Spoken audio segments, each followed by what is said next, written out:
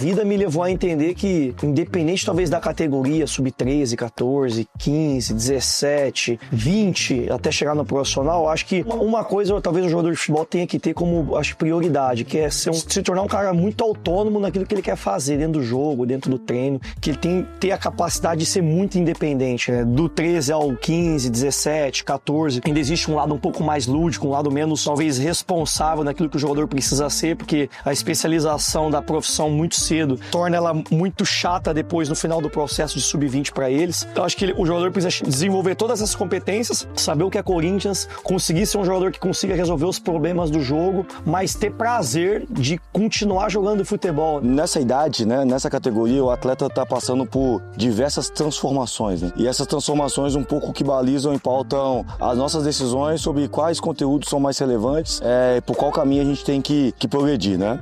É necessário que a gente consiga se adaptar a cada faixa etária, não só na nossa abordagem, na forma da gente conduzir as atividades, de orientar os atletas, né, mas também com os conteúdos. Eu diria que a categoria sub-17 é a categoria onde a gente vai dar, talvez, o último momento que a gente tenha a possibilidade de dar o foco mais expansivo na questão individual, né? Talvez é a última categoria que vai ter rotinas de semana cheia com mais frequência. Isso vem se alterando também com cada vez mais campeonatos estaduais e nacionais mais longos e a gente tendo rotinas mais parecidas com o futebol profissional também. Mas ainda no sub-17 a gente tem bastante espaço para consolidar o desenvolvimento individual. Talvez é a categoria no qual a gente precise amarrar as interações entre 2, 3 atletas, deixar isso muito afinado, muito alinhado para que o atleta chegue no sub-20 com esse nível de entendimento já consolidado, né? Daquilo que ele faz individualmente, daquilo como ele interage com os pares dele no jogo, nas interações de dupla, nas interações em trio, isso no ponto de vista ofensivo e defensivo. Dentro da categoria sub-15, que é um estágio onde eles estão indo para um período de especialização, né? Então eles saem da iniciação ali e depois lá no sub-15, chegando já num período de especialização, a gente procura, né, passar conteúdos para que eles se desenvolvam individualmente na parte técnica, mas também, né, no jogo coletivo, com conteúdos que aprofundam um pouco mais a vivência deles nos setores do campo, nas funções que eles executam em campo. A ideia aqui é que a gente seja extremamente próximo, né?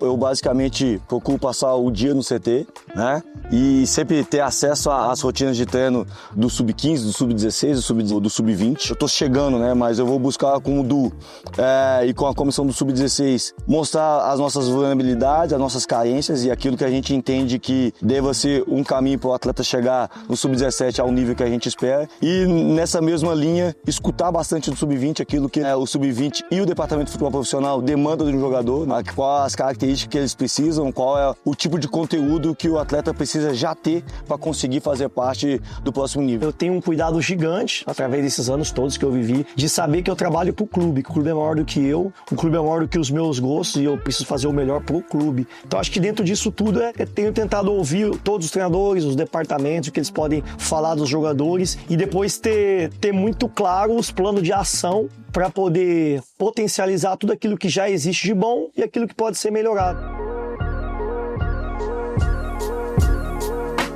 Eu acho que o jogador ele precisa olhar para a comissão e entender que, apesar do treinador ser a figura que aparenta ser a mais importante, todos têm a mesma relevância e significado, né? O Nenê foi um grande zagueiro, né, do clube, foi campeão brasileiro em 99, né? Tem uma história bacana aqui. E como um bom zagueiro, aquilo que eu acho que posso usar e tirar dele também o melhor dele com os zagueiros, com a linha de defesa, para desenvolver a minha linha defensiva, controle de profundidade, noção de posicionamento ou defesa de área. Ele tem me ajudado muito, tem cooperado muito com isso. Por ser jogador, eu tenho uma experiência, né, que a gente tem que passar para os nossos jogadores. E aqui no 20 ainda dá tempo para aprender, né? No profissional a gente tem que chegar pronto, né? E nossa obrigação é a gente corrigir quanto antes para chegar lá e não cometer os erros que teoricamente aqui na base pode cometer. Isso que é mais importante na nossa parte da comissão, né? Orientar esses detalhes todos. E eu tenho falado desde que o Gabriel chegou que ele não é um auxiliar, que ele é mais um treinador, né? E o Gabriel é um cara que tem uma sensibilidade muito grande para o desenvolvimento individual, seja ele do ponto de de vista técnico, mas também me ajudando nessa questão do desenvolvimento humano, social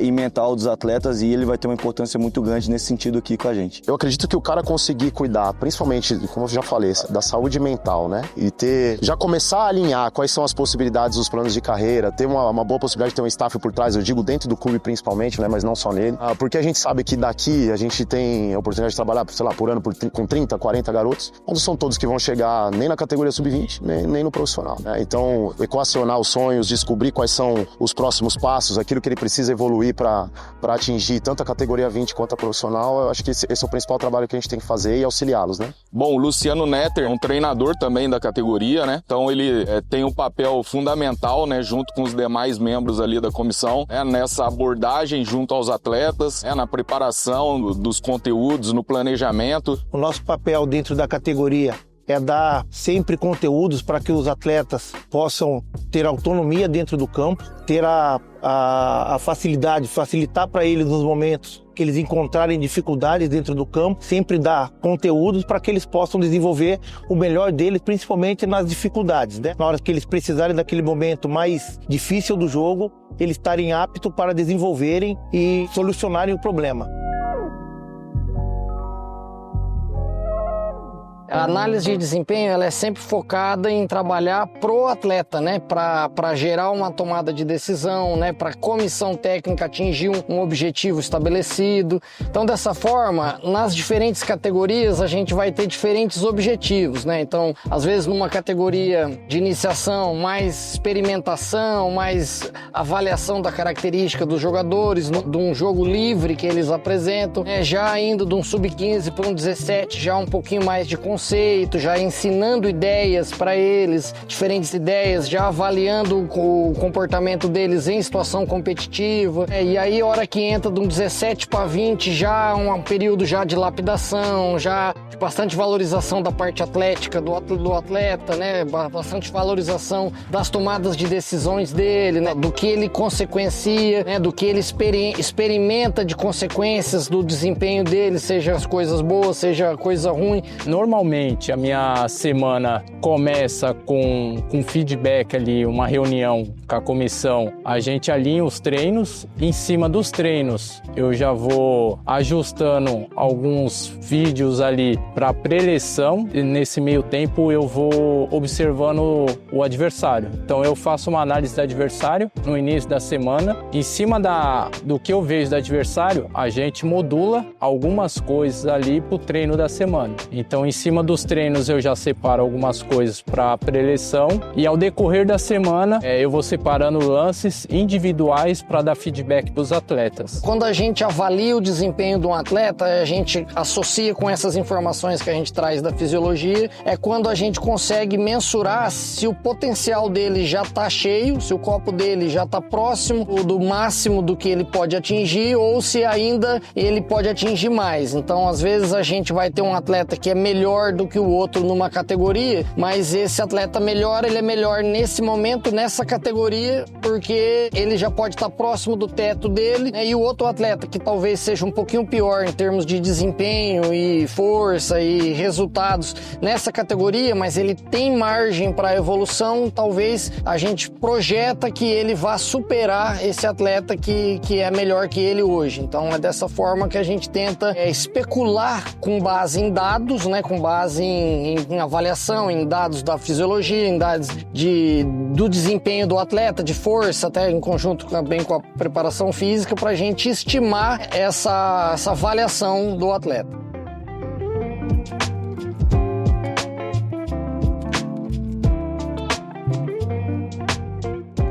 Quanto clube, Corinthians, existe uma especificidade do clube muito grande, né? Eu acho que olhar para a história do clube é importante. A frase que o Sócrates usou lá atrás, que o Corinthians não é só um time, uma torcida, é um estado de espírito. Eu acho que isso, o jogador desde cedo do nosso clube precisa entender muito, né? O que o corintiano espera dele. Eu acho que todas essas coisas a nível de valores, né? Eu acho que o jogador precisa ter muito intrínseco nele, que desde o sub-13, ele entendendo bem qual o clube que ele tá, o que ele faz, como ele tem que fazer, eu acho que a gente consegue oferecer um produto esportivo melhor e depois que pode ter resultado financeiro também, né?